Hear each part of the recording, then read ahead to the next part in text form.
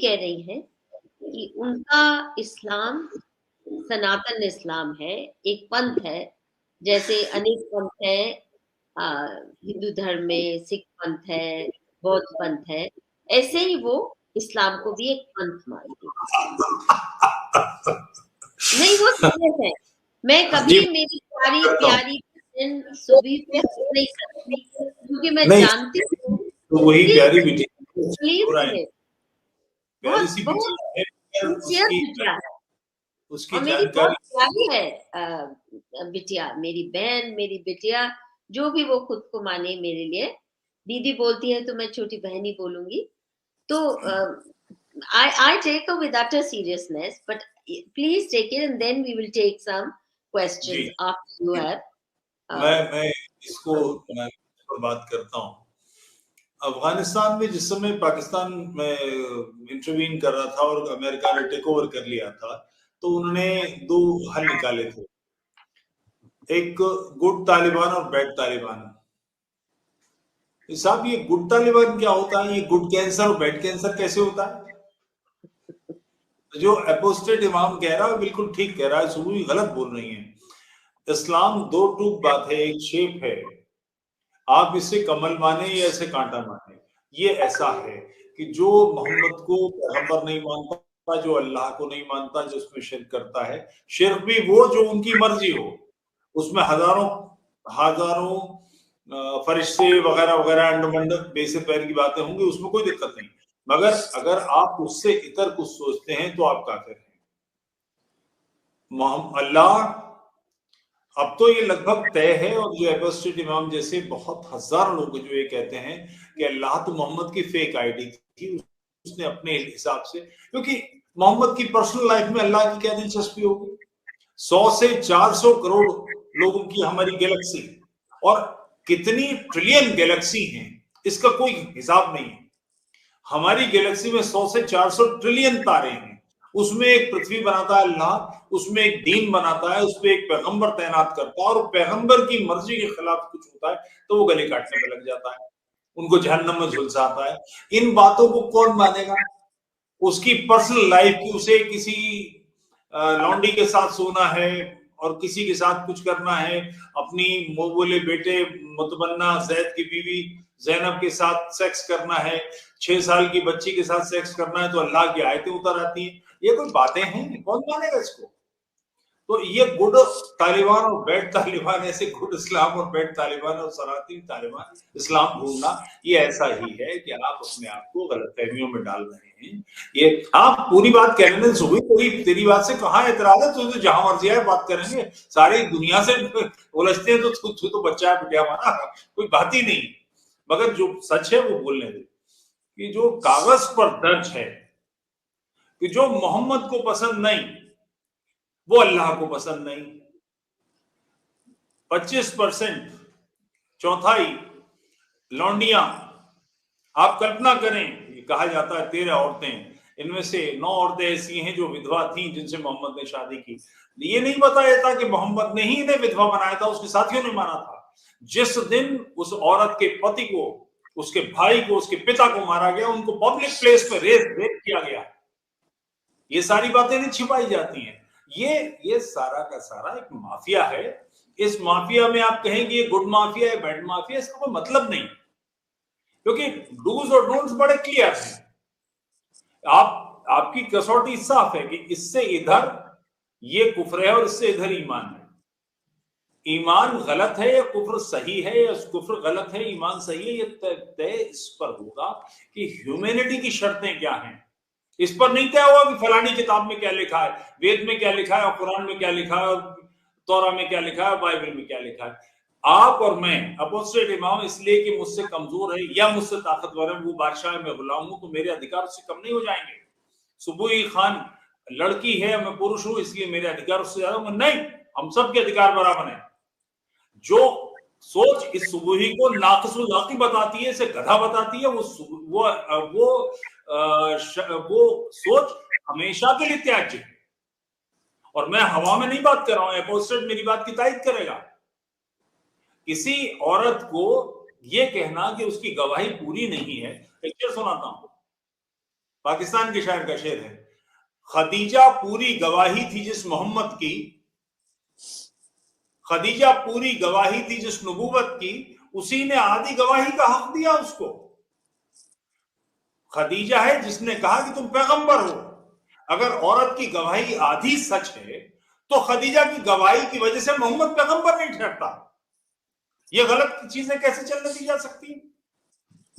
क्योंकि ये physical level पर औरत है, मैं पुरुष हूं, इसलिए ये अफगानिस्तान में हुआ है कि एक औरत के साथ रेप हुआ, उसने कंप्लेंट की थाने में, उसका मेडिकल हुआ, साबित हुआ कि उसके साथ रेप हुआ है। अब 4 गवाह चाहिए, गवाह नहीं थे, तो शूरा ने तय किया कि इस लड़की के साथ ये बदचलन है, और उन 4 लोग सहित उसके गांव के कबीले के लोगों ने पत्थर मार मार के उसे मार दिया। इसकी जड़ नाक़िसुल अक्ल है। यह हदीस है कि औरत की गवाही पूरी नहीं है। कुरान में आयत है कि औरत की गवाही पूरी नहीं है, 2 आदमियों की गवाही लो, और ऐसे सिलसिले में 4 आदमियों की गवाही लो। ये क्या है? ऐसी किसी भी बात को सही नहीं ठहराया जा सकता। सभी कुछ कहना चाह रही थी, आप बोलो। मैं एक सवाल पूछ लूं? इसको बोलने दीजिए, इसी कंटिन्यूएशन बोलने दीजिए। नहीं, वो बोलेगी। एक छोटा सा, इतना सा, ये क्या सही है इमाम साहब और तुफैल साहब कि औरत शब्द रेफर्स टू फीमेल जेनिटालिया? जी, अरबी में औरत का ईमानी है। हाँ जी, निसा का यही मतलब होता है। तो ये शब्द हमारी वोकैबुलरी से निकल जाना चाहिए। Now Subuhi, please, all yours. जी जी जी दीदी, एक उदाहरण से शुरू करना चाहूंगी। सबसे पहले तो एक बात बार बार ये सामने आती है कि 6 साल की या 9 साल की थी आयशा जब प्रॉफिट मोहम्मद ने उनसे शादी करी थी। जब प्रॉफिट मोहम्मद मक्का से निकले थे, अबू बकर की बेटी थी Ayesha, if I am not wrong. जब वो मक्का से निकले थे तब वो 5 या 6 साल की थी जिस वक्त वो निकले थे मक्का से। उस वक्त शायद शादी का कोई प्रॉमिस हुआ होगा या जो भी रहा होगा। मक्का से निकल के अबू बकर के साथ प्रॉफिट मोहम्मद मदीना में रहे। तकरीबन 12 साल वो मदीना में रहे, और अबू बकर भी उनके साथ ही हैं। और 12 साल बाद मदीना से वापस आके मक्का में फिर उन्होंने शादी करी। तो वो बच्ची जो ऑलरेडी 5-6 साल की है, वो 12 साल के बाद कितने साल की होगी जिस समय शादी कंसुमेट हुई होगी? तो ये तो मैं एक उदाहरण। जी जी, आप बाद में बोल लीजिएगा, मैं आपके बीच में नहीं बोली, मैं बीच में, हाँ बाद में बोल लीजिएगा, बाद में बोल लीजिएगा, बीच में तो मत काटिए, बीच में मत काटिए। अरे मैं पूरे टाइम भी आपको मैंने इंटरव्यू नहीं किया, आप चिल्ला क्यों रहे हैं? मैं गलत बोल रही हूँ तो मुझे करेक्ट कर लीजिएगा। अभी तो आप, अरे तो गलत मुझे करेक्ट कर दीजिएगा ना।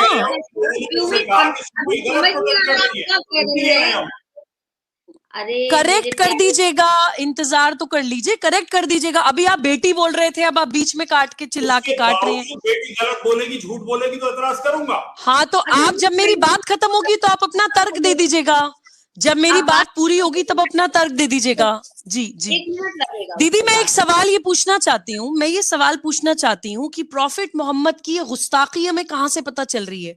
हमें हदीसों से पता चल रही है। जब मैं कह रही हूं कि उठा के फेंक दीजिए, आग लगा दीजिए, डस्टबिन में डाल दीजिए, कागज मैटर नहीं करता है मेरे लिए। कागज में जो भी मैनिपुलेशन ली है, जो मेरा रैशनल माइंड मानने को तैयार नहीं, मैं नहीं मानती। औरत की आधी गवाही, ये गवाही, ये सारी चीजें मतलब क्वेश्चन ही रेलेवेंट नहीं है जब हमने उठा के डस्टबिन में फेंक दिया। बात ये है कि उन हदीसों को इतना लार्जर देन लाइफ हम क्यों बना रहे हैं? हम बात दीदी बीच में ऐसे काटेंगे तो बात नहीं हो पाएगी।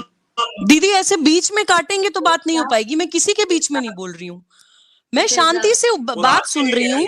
अगर हम हिंदू संस्कृति की बात करते हैं तो फैल साहब, अगर हम हिंदू संस्कृति की बात करते हैं तो हिंदू भी संस्कृति है, ही संस्कृति नहीं है कि जो मैं सोच रहा हूं वही सही है, बाकी सब गलत है। दूसरे की मान्यताएं, दूसरे की विभिन्नताएं, दूसरे के विचार सुन लीजिए। शास्त्रार्थ का तो हमारे यहाँ सदियों से संस्कृति रही है। मैं गलत भी हो सकती हूँ, आप मुझे तर्क पे काट दीजिएगा, आप मुझे तर्क पे काट दीजिएगा। आप बीच में नहीं थे, मैं सब बोल चुकी हूँ। आप बीच में डिस्कनेक्ट हो गए थे, मैं सब बोल चुकी हूँ। आप इस वीडियो को दोबारा सुन लीजिएगा, मैं सब कवर कर चुकी हूँ। मैं जिस चीज में मेरा कन्विक्शन है मैं वही बोलती हूँ सर। मैं जो है लाग लपेट वाली मेरा चरित्र नहीं है, ना मुझे ऐसा सिखाया गया है, ना मेरे गुरु ऐसे हैं जो मैं फैब्रिकेट करके चीजों को बोलूं। जी दीदी, मैं ये बोल रही हूँ कि उन हदीसों को लार्जर देन लाइफ हम ही बना रहे हैं। या जब हम प्रॉफिट को गलत हदीसों की कोट करके कर रहे हैं तो हम हदीसों को सही मान रहे हैं, और अगर हम हदीसों को गलत मान रहे हैं तो हम प्रॉफिट को गलत क्यों मान रहे हैं? मेरा सिर्फ कहना इतना है कि प्रॉफिट मोहम्मद सल्लल्लाहु अलैहि वसल्लम का दुर्भाग्य था कि वो अरब में कबीलाए लोगों के बीच में पैदा हो गए। उनके चरित्र को कागज में उतारने के लिए उनको तुलसीदास नहीं मिले, उनको महर्षि वाल्मीकि नहीं मिले, उनको महर्षि वेद व्यास नहीं मिले, उनको मिले वो अनपढ़ जाहिल खलीफा जिन्होंने इस्लाम को एक एज ए स्टेट क्राफ्ट इस्तेमाल करा और प्रॉफिट का नाम इस्तेमाल कर करके अपनी सारी कुरीतियों को आगे चलाया। और इस्लामिक समाज के लोग इतने अंधे थे कि वो सिर्फ प्रॉफिट के नाम पे इमोशनली इंसाइड होके आज तक उस इस्लामिक स्टेट क्राफ्ट के रास्ते पे चलते चले जा रहे हैं। मैं उस रिफॉर्म की बात कर रही हूं। मैं कह रही हूं इस्लाम को रीडिफाइन करिए, परिभाषा बदलिए, जितने भी मैनिपुलेटेड फैब्रिकेटेड है उसको जला दीजिए, आग लगा दीजिए, लेकिन किसी के आराध्य का अपमान करके आप प्रॉब्लम्स का सॉल्यूशन नहीं कर पाएंगे। One question you have to face now. आप जी दीदी प्लीज। आप कह रही हैं हदीस को कूड़े में फेंकिए, आप कह जी रही हैं दीदी कुरान बाद में लिखी गई कूड़े में फेंकिए, आप कह रही हैं ये जो सारा मैनिपुलेटेड नैरेटिव है कूड़े में फेंकिए। माय कैन आस्क यू, आप कहां से, आपका सोर्स कहाँ है जहां आप वो दीदी? मेरा सोर्स जी मैंने आपको बताया ना। आप मुझसे अगर पूछें कि मेरे लिए मुसलमान होने का क्या मतलब है, मुकद्दस ईमान, नहीं, मेरा सोर्स, मैं अपना सोर्स बता रही हूँ। एकेश्वरवाद, एक ओंकार, एक अल्लाह, वन गॉड दीदी, one cosmic energy, that's it, that's it. Question rationally I am saying जी बात हो रही है, जो तुफैल साहब मेरे बाद आप आराम से बात करेंगे, बात हो रही है आप कह रही है हदीस को कूड़े में फेंक दो, कुरान की आयतों की कोई कीमत नहीं होनी चाहिए, ये सारा जो गलत है। एक minute let me now finish. आप कह रही है आप इसको कोई अहमियत नहीं देती और आप एक नैरेटिव बता रही हैं मोहम्मद प्रॉफिट की लाइफ। अब आपके पास कोई ऑल्टरनेटिव सोर्स होना चाहिए। जैसे मान लीजिए कोई भगवान राम को, श्री राम को गाली देता है तो मैं कहती हूँ भाई सबसे पहले रामायण पढ़ लो, रामायण ये वाल्मीकि की है और वहां ये चित्रण आता है। अब उसके आधार पे आप मुझसे बात कीजिए, I own that, it's universally owned, let's discuss on that basis, ठीक है? और मैं इसलिए खड़े हो सकती हूँ उसको डिफेंड करने।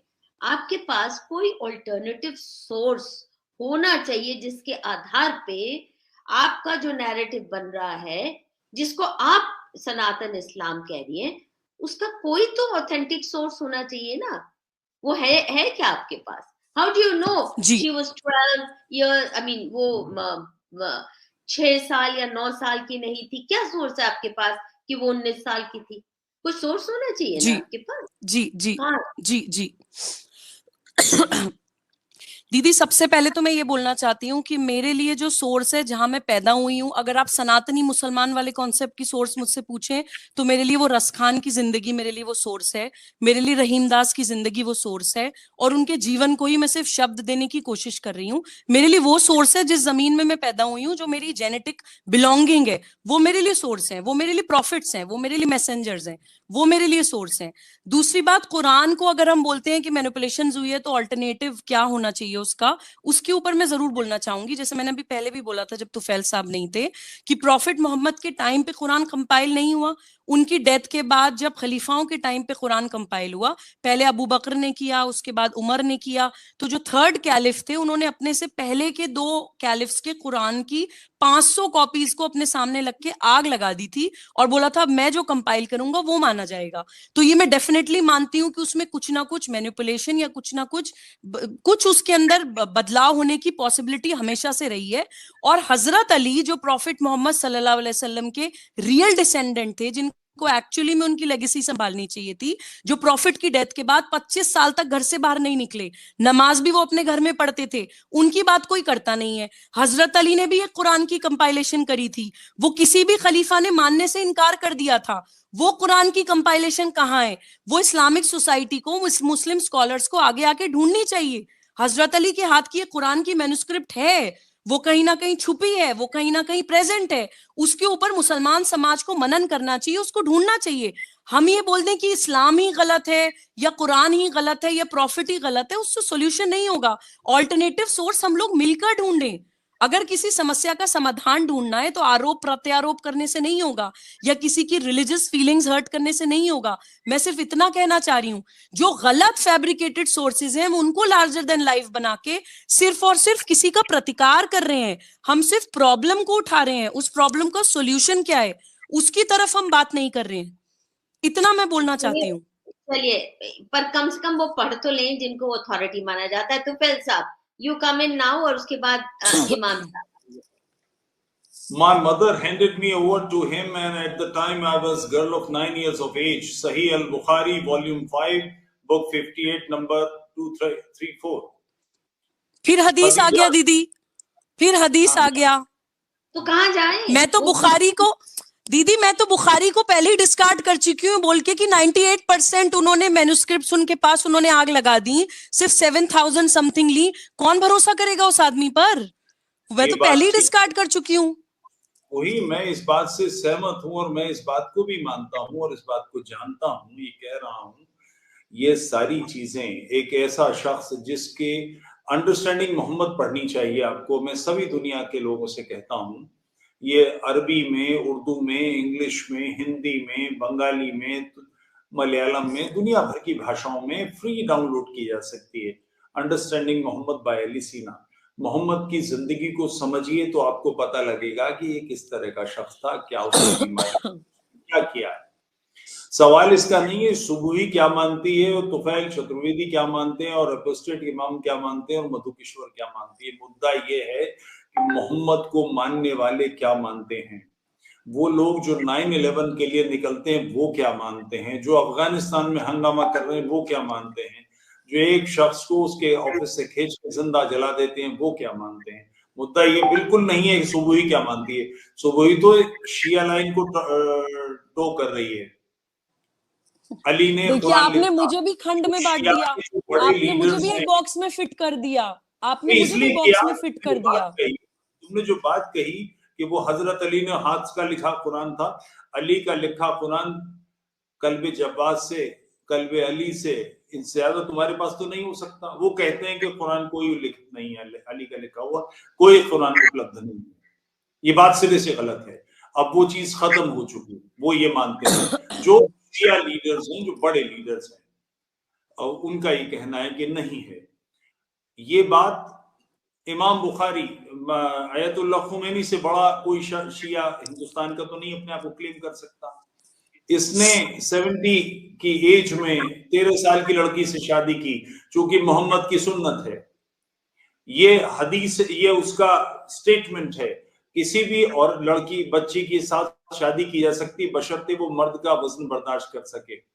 इन सारी चीजों की शुरुआत, इसकी बुनियाद मोहम्मद और उसका कैरेक्टर है, जिसकी सुन्नत फर्ज है। आप इसको रद्द करे बगैर शराफत की जिंदगी, अच्छी जिंदगी, सही जिंदगी नहीं गुजार सकते।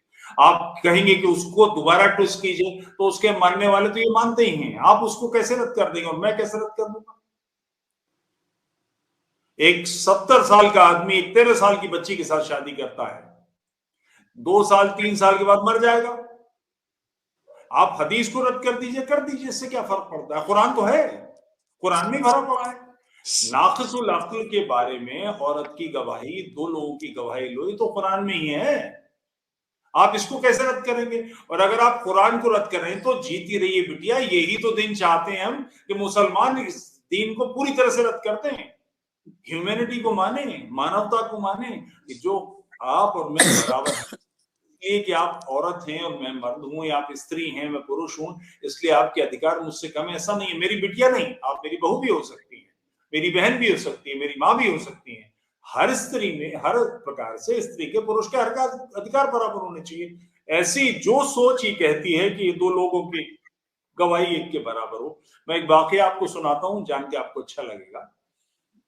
खलीफाओं का जमाना था, ये क्या नाम इसका, अभी नाम ध्यान आएगा। वो खलीफा हारून रशीद अपनी महल की एक बांदी पे फरीफ्ता हो गए, आशिक हो गए। उन्होंने उसे बुलवाया तो उस बांदी ने आकर कहा कि मैं आपके वालिद के साथ रह सकती हूँ, मेरा दर्जा आपकी माँ का है। खलीफा उसके इश्क में इतने गिरफ्तार थे कि बीमार पड़ गए। वजीरों को पता लगा तो उन्होंने मुफ्ती से बात की। मुफ्ती ने कहा कि मैं 1 लाख दीनार लूंगा, फतवा दे दूंगा। खलीफा से कहा कि ऐसा ऐसा है, 1 लाख दीनार मांग रहे हैं। उस जमाने का हारून रशीद का 1 लाख दीनार की बात हुई, उनको बुला लिया गया। खलीफा ने कहा कि मैं दे दूंगा। तो उन्होंने उससे औरत से पूछा, बांदी से, और ये अभी अपोस्टेट इमाम ने एक बड़ा गलत लफ्ज इस्तेमाल गुलाम किया। गुलाम नहीं, लौंडी। लौंडी के कोई हक नहीं होते। ये अगर प्रेग्नेंट हो जाए तो इसके बच्चों को कोई अधिकार नहीं मिलता। ये सामान्य औरत नहीं है, ये सब इस्लामी व्यवस्था है, आपको बिल्कुल साफ बोलना चाहिए। तो उन्होंने उससे पूछा कि जिस समय खलीफा के वालिद आपके साथ हम बिस्तर हुए, बेडरूम में थे, आप इसका कोई गवाह है? तो खलीफा किसी लेडी के साथ होगा तो वहां किसी की मौत आई देखने जाएगा? कोई नहीं था। तो उसने कहा औरत की गवाही पर्याप्त नहीं है, कुरान की ये आयत आड़े आई, और एक ऐसी औरत जिसका दर्जा माँ का था, उसको बेटे के दर्जे के आदमी के साथ हम बिस्तरी करने का इस आयत से मिला। आप इसको रद्द करती हैं तो जीते रहिए, बहुत अच्छी बात है। मगर आप कहीं मोहम्मद का कैरेक्टर यूं था, हदीस नहीं मानते, फलाना मानते, ये सब नहीं होने वाला है। वो जो मानते हैं, जो उनके पास रिकॉर्डेड है, उन्होंने सारी लाखों की तादाद में हदीस इकट्ठी की, उन्होंने रद्द करके 7,000 कबूल की। मगर जिन 7,000 को कबूल किया उन्हें वही मतलू कहा जाता है, चलती फिरती कुरान कहा जाता है हदीस को। आप कौन है उसे रद्द करने वाली? मैं कौन उसको रद्द करने वाला? अच्छा, मेरा एक छोटा सा सवाल है आपसे, एक छोटा सा सवाल, छोटा होने के नाते आपसे एक सवाल पूछना चाहती हूँ।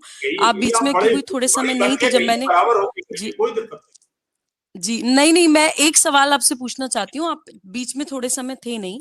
मैं ये पूछना चाहती हूँ कि उन मुसलमानों को आप किस कैटेगरी में डालेंगे? कुछ नाम लूंगी, आप एपीजे कलाम को, इब्राहिम गार्दी को, ब्रिगेडियर उस्मान को, अशफाक उल्लाह खान को, या फिर गुलाम गौस खान को, या खान अब्दुल गफ्फार खान को, रहीम को, रस खान को, या सुबूही खान को, जो इस्लाम छोड़े बिना अपने देश के लिए, इंसानियत के लिए, विश्व कल्याण के लिए, सनातन धर्म के लिए अपनी पूरी एनर्जी, तन मन धन से, अपनी फुल ईमानदारी के साथ अपनी पूरा जीवन समर्पित करते हैं, उन मुसलमानों को आप किस कैटेगरी में डालते हैं? ये बस एक सिंपल 1-2 लाइनर में, बहुत सरलीकरण में करके इस बात का प्लीज जवाब दीजिएगा। क्या कैटेगरी है आपके पास उन मुसलमानों के लिए? सीधे जवाब देना चाहूंगा। 2 दृष्टियां हैं, एक इस्लाम की दृष्टि, ये सारे काफिर हैं, ये लोग इस मुसलमान नहीं। कोई भी मुसलमान जो नेशनलिज्म में विश्वास करता है वो मुसलमान नहीं है। दीन की का कफन है, दीन की कब्र है नेशनलिटी। उनका सर्टिफिकेट नहीं, आप क्या मानेंगे उनको? उनका सर्टिफिकेट नहीं, आप क्या मानेंगे? मैं एक राष्ट्रवादी के नाते उन सबका स्वागत करूंगा, मगर उनसे मैं ये एक्सपेक्ट करूंगा कि वो जिस चीज को जो उनको काफिर मान रही है उसको रद्द कर दें, उसको रद्द करके लौटें। मैं दारा शिकोह को तब तक राष्ट्रवादी मानने को तैयार नहीं हूं जब तक वो दारा शिकोह है। उसको शुद्ध होना चाहिए, उसको घर वापसी करनी चाहिए। आप दारा शिकोह को राष्ट्रवादी मानने के लिए तैयार नहीं है जब तक उनका नाम दारा शिकोह है। तो जितने भी लोग देश के लिए शहीद हुए मुसलमान नाम के साथ, आप उनको राष्ट्रवादी मानने को तैयार नहीं है क्योंकि उन्होंने घर वापसी नहीं करी। नहीं, ऐसा नहीं। सेना में जो लोग भर्ती हुए हैं वो सेना का कार्य करेंगे। सामने वाली गोली उन्हें ये देख कर नहीं लगेगी कि वो मुसलमान हैं, हिंदू हैं। ऐसे ही उन्हें सामने वाले जो उन पर गोली चला रहे हैं उन्हें मारना पड़ेगा। ये बिल्कुल एक अलग बात है। ब्रिगेडियर उस्मान की बात या फलाने जिसकी बात कर रहे हैं, ये बात बिल्कुल स्पष्ट समझिए। राष्ट्र 2 प्रकार का है, एक राष्ट्र है, एक राष्ट्रद्रोही है, तीसरा अराष्ट्रीय है। अराष्ट्रीय लोगों को जब तक वो राष्ट्रीय नहीं बन जाते, राष्ट्रीय नहीं माना जा सकता। बिल्कुल स्पष्ट है इसमें कहीं कोई संदेह की बात। आपकी आवाज कट गई, मुझे आवाज सुनाई नहीं दी। मैं कह रहा हूं कि राष्ट्रीय लोगों को, देश में 3 प्रकार के लोग हैं, एक राष्ट्र भक्त हैं, एक देशद्रोही हैं, एक अराष्ट्रीय हैं। एक राष्ट्रीय हैं, एब्सोल्युटली, ये एक इननेशनल है और एक इननेशनल ग्रुप है। एक देशद्रोही है, एक इननेशनल ग्रुप है। इननेशनल ग्रुप को, जो राष्ट्रीयता में विश्वास नहीं करते, जो यहाँ रहते हैं और जो अपनी तादाद बढ़ा रहे हैं, कुफ्र और ईमान की लड़ाई में ईमान के पक्ष में लोगों को बढ़ा रहे हैं, उनको राष्ट्रीय बिल्कुल भी नहीं मानूंगा, बिल्कुल भी नहीं मानूंगा। हाँ बिल्कुल नहीं, मैं भी नहीं मानूंगी। लेकिन जो क्लूलेस मेजॉरिटी है और बहुत से लोग जो रियलिटी नहीं जानते हैं, उनको देशद्रोही भी बोल देना गलत है, जब तक आप उनको एटलीस्ट समझाने की कोशिश ना करें, जिनको समझाने की कोशिश ना हो। देशद्रोही नहीं है वो देशद्रोही नहीं, हाँ तो राष्ट्रीय तो मान ही नहीं सकते हैं।